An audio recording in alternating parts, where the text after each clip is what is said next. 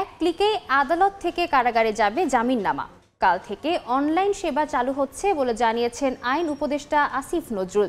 সকালে supreme court অডিটোরিয়ামে attorney জেনারেলের কার্যালয়ে আয়োজিত এক অনুষ্ঠানে আইন উপদেষ্টা বলেন, আদালত থেকে জামিন পাওয়ার পর একজন আসামিকে 12টি ধাপ অতিক্রম করতে হয়। কোনো ধাপে টাকাও খরচ করতে হয়। এই জটিলতা ও হয়রানি নিরসনে অনলাইনে জামিননামার সুবিধা চালু করা হবে।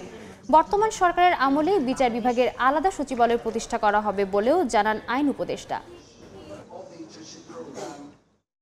লোক জামিন পাওয়ার পর আদালত থেকে ছাড়া পাওয়া পর্যন্ত আমি আমার ল মিনিস্ট্রিতে যারা আছে তারা প্রত্যেকেই জাজ, এক্সপেরিয়েন্সড, ভেরি গুড জাজ।